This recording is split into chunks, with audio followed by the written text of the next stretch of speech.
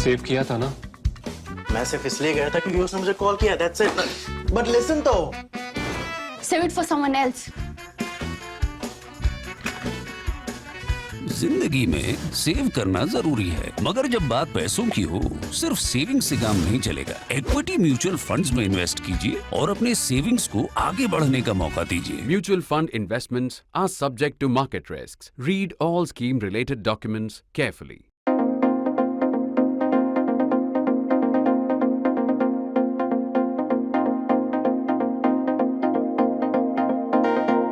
It's such a blessing when our parliament functions and such a regret that our parliament doesn't meet often enough. But when it does, and particularly when the Prime Minister speaks, it leaves you a lot of takeaways. And when the Prime Minister speaks, as he did this time for 2 hours and some minutes after that, it also gives you debating points. Debating points, arguments that you can agree with, disagree with, or arguments that you can take forward, which is precisely what I'm going to do today with one aspect, with one thing that he spoke about that I found very interesting, a little bit provocative as well.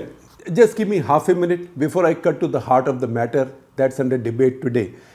My periodic reminder to you that good journalism like this, the fine journalism that young people, so many bright people at the print do and which you appreciate so much, it's only made possible by brilliant people like so many of you who pay for their news, who pay for their journalism. Because if you don't pay, something else will pay or someone else will pay. Or if nothing, people will do polarizing stuff, hyphenated stuff and pass it off as journalism. You don't want that. You like our sharp, factual, non-polarizing and unhyphenated journalism. That can only be sustained if good people like you pay. So if you haven't taken a subscription already, please do take a paid subscription. You will see on my screen instructions or directions on how to do it. You will also see a link with the description of this video on how to do it. And if you have a subscription already, please renew it, please top it up, because that is what keeps us going, and it is only you who can sustain and who can help good journalism grow. Having said that, having said my piece, let me come back to the point. In his reply to the no confidence motion earlier this week, Prime Minister Narendra Modi brought back two vital, contentious and tragic turning points in India's national security history. The first, in March 1966, was the use of IF aircraft to strafe Aizawl, then a district headquarters and now capital of Mizoram, the state. This was done to drive out the insurgents there. And the second, Operation Blue Star, which resulted in the destruction of the Akal Takht, the seat of Sikh spiritual and temporal power located in the Golden Temple complex, in fact overlooking the Golden Temple. It is hard politics and the Prime Minister is within his rights. It's his prerogative to employ arguments and slices of history that make his case best, that he thinks make his case best. Even those that make him sound more like the liberals that his party doesn't particularly admire, especially on national security issues. Nevertheless, it gives us an opportunity to raise and explore yet again one of the oldest questions in our national security debate, which has been the most dangerous decade for India since independence. The competition for the worst or the most perilous 10 years has always been between the 1960s and the 1980s. The Mizoram air raids marked the first, the 1960s, and Operation Blue Star, the second, the 1980s. My choice for the most troubled decade has always been the 1960s. A caveat is in order though. Nobody can understate the perils of the 1980s, which most of the current generations up to the millennials have lived through. There was the radical insurgency in Punjab, the return of militancy and terror in Kashmir, killings of Hindus in both states, Operation Blue Star, mutinies in the army's Sikh units, awful massacres of the Sikhs in Delhi and elsewhere, the Bhopal gas disaster, a near war with Pakistan over exercise brass tacks, a rough standoff with the Chinese over Sumdorong Chu that took almost a decade to resolve, IPKF operations in Sri Lanka, and unstable internal politics, particularly post-Bofors in India. That was the 80s. Things were, however, so much rougher for a much weaker India in the 1960s that those 10 years must be the most touch and go in our independent history. I will elaborate. The sudden rise of the Mizo insurgency exactly halfway through that tumultuous decade came at the worst possible time, even in a two-crisis epoch. Lal Bahadur Shastri died in harness in Tashkent in January 1966, in fact 11 January 1966. Indira Gandhi took over as a totally inexperienced and unprepared Prime Minister that same month. In the course of time, you might remember that Ram Manohar Lohia, the socialist leader, described her as Gungi Gudiya, the voiceless doll. India had just fought an economically withering full-fledged war with Pakistan just 6 months earlier, the 1965 war, and the Mizo National Front proclaimed sovereignty in Aizawl. There were less than 3 months between Shastri's death on 11 January and 6th March, when the rebels were on the verge of storming the Assam Rifles Battalion headquarters in Aizawl. What followed and the use of air power is something that we have discussed in earlier articles, also in an earlier episode of Cut the Clutter, the links for which I am sharing with the description of this video today. You can check those out. There is also more detail in an article by Ananya Bhardwaj, my colleague. You can see the screenshot of the article on your screen. We are also giving you a link of the article with the description. So we are not going there again. We are not going to the issue of the air raid, how did it happen, what happened, because all that detail is available in these articles we've already published. Please check those out. We are not going there again, not for today's article, not for today's national interest. We will, for today's national interest, on the other hand, be going back and forth through the 60s, surveying that period. Because there lie many lessons, not just on national security, internal and external, but also on how our leaders handle these. How our leaders handled these and how our leaders should handle these going ahead. And more importantly, how critical internal politics is to national security, stability and cohesion. The country, borders and neighbours that Jawaharlal Nehru's government had inherited from the British were unstable, unsettled and menacing.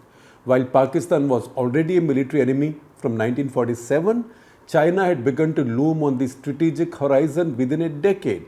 By the mid-1950s, the Naga insurgency had begun. If anything, Nehru had taken far too long to send in the army, in the hope that talks would settle the issue. That's how generally the crisis was allowed to fester in the 1947 to 52 period.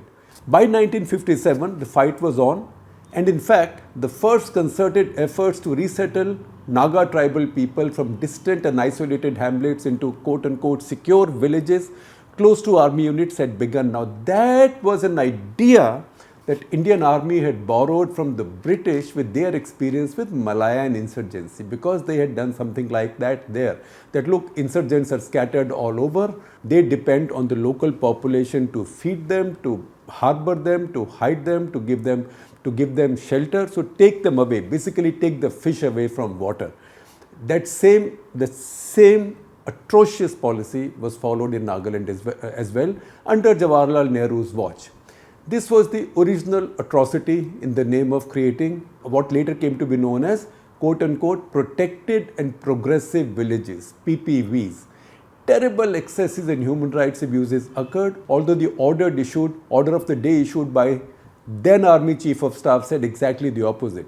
They are our own people, etc., etc., etc. But it didn't quite work out like that. In fact, the same strategy of the so-called progressive protected villages was also employed in Mizoram later, until after a couple of phases, Guwahati High Court put a stay on it and this process stopped. This was a terrible thing to do. As the relationship with the Chinese deteriorated through the late 50s and the Dalai Lama escaped to India, Beijing became a patron of the Naga rebellion. And the first armed clash also took place between the Indian troops, CRPF troops, and the Chinese PLA on 21 October 1959 in Hot Springs, exactly the region that is quote-unquote hot in eastern Ladakh today. By the way, that 21st October, that is observed since then as the National Police Martyrs' Day. That incident set up the decade that was to come. We can look at each year by turn, each year in the 60s. In 1960, Naga rebels and the army were fighting a full-fledged guerrilla war. And its peak of sorts was the shooting down of an IAF, Indian Air Force Dakota, which had gone to drop supplies to an Assam Rifles unit that was under siege and in danger of being overrun by the guerrillas, or in the danger of having to surrender to the guerrillas because they had no supplies. So they were being supplied by 2 Dakotas of Indian Air Force. This happened in the village of Par. One of the 2 Dakotas, making its second or third pass, trying to find an accurate place to drop its supplies, it took hits in both its engines. Its engines, lost power and made a crash landing in a paddy field in blinding rain. And they were all taken captive. 4 members of the crew, a flight lieutenant, 2 flying officers and 1 sergeant. All 4 Air Force people, Air Force crew, and 5 army men in the back who were there to drop supplies. They were all taken captive. While the 5 army men in the back of the plane were released soon afterwards, the 4 IAF officers were held captive for 21 months. In fact, subsequently, they were released in Burma, in what used to be Burma, what's now called as Myanmar, and Indian Air Force and picked them up from Burma. The Nagas held such sway that they were even able to smuggle a British journalist, Gavin Young of The Observer, into territory controlled by them to interview the crew, to interview the IAF crew led by Flight Lieutenant A.S. Sangha. A little factoid, if I may tell you, Sangha was the brother-in-law, wife's brother of actor Devanand. With the army already engaged in this brutal bush war and the Chinese danger rising, Nehru launched a tri-service operation to liberate Goa in December the next year, December 1961. That accounts for 1961 in our chronology of the troubled decade. The war with the Chinese and the resultant debacle marked 1962, as we know well. Seeing India as defeated and weak, the Pakistanis were stirring up trouble in Kashmir now. So the so-called Hazratbal incident, the theft of the holy relic, put the valley on the edge in 1963. In 1964, Nehru died in harness with no succession planning. Shastri took over as a compromise candidate, and we cannot forget that he faced 3, and I repeat, 3 no confidence motions, although he was in power for just about 19 months, 19 months. The following year, 1965, saw the Kutch conflict in April. This was like a trailer of the bigger action show that would unfold later in the same year, the 22-day war that began in Kashmir and ended in Punjab. Shastri died at the start of 1966. By this time, the Naga insurgency was at its peak. Mrs. Gandhi was seen as a weak, new, inexperienced leader. The Mizo insurgency had begun.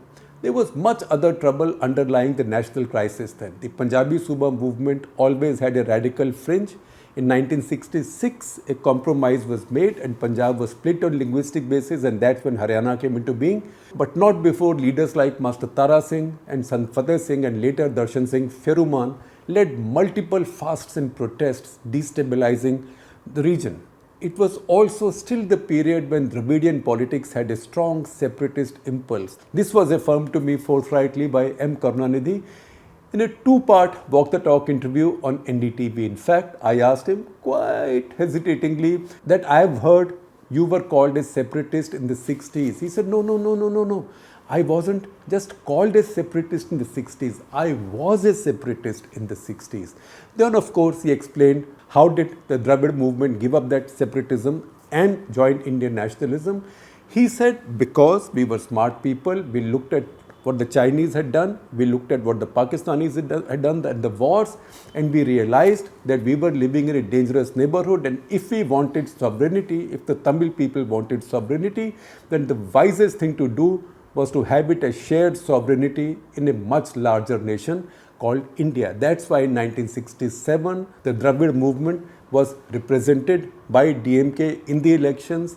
They won power, and Dravid parties haven't lost power since then. So the Prime Minister is right when he says that the last time Congress party won power in Tamil Nadu was in 1962, 61 years back, and they haven't won it back again. But the fact is that the Congress party ceded power to Dravid parties who, from being separatists in the 60s, towards the end of the 60s, became nationalists. All this was playing out in a decade of multiple famines, crop failures, and the humiliation of food aid through PL 480, ship-to-mouth existence, and this agreement also, PL480 also, with the mostly hostile America and in the course of an economic downslide. But 1967 brought no respite. It was a major skirmish with China in Nathula, and the bright spot was that the Indian army got the better of them in those exchanges. But once again, it was a reminder that the Chinese threat was not over. This once again underlined to India the terrible threat of a two-front war. In the general election that year in 1967, the Congress suffered heavy reverses, reducing Mrs. Gandhi to a very small majority, further weakening her. By the next year, a crisis was building in the Congress. Mrs. Gandhi split it in 1969, took a heavy leftward shift, and in a way provided a fitting end to that terrible decade. Of course, the crisis in Pakistani internal politics, the crackdown on its eastern wing, led India into another war just a year later. That was the 1971 war that led to the creation of Bangladesh. It was a combination of all these crises in just 10 years that led American political scientist Selig Harrison to write his famous or maybe infamous book, India, the Most Dangerous Decades. He pretty much foresaw India being unable to withstand these pressures, external and centrifugal, and breaking up. In the following 50 years, we Indians have not only proved him entirely wrong, but we've also grown stronger by the decade. And despite that unfortunate, very unfortunate and regrettable 1966 week in Mizoram.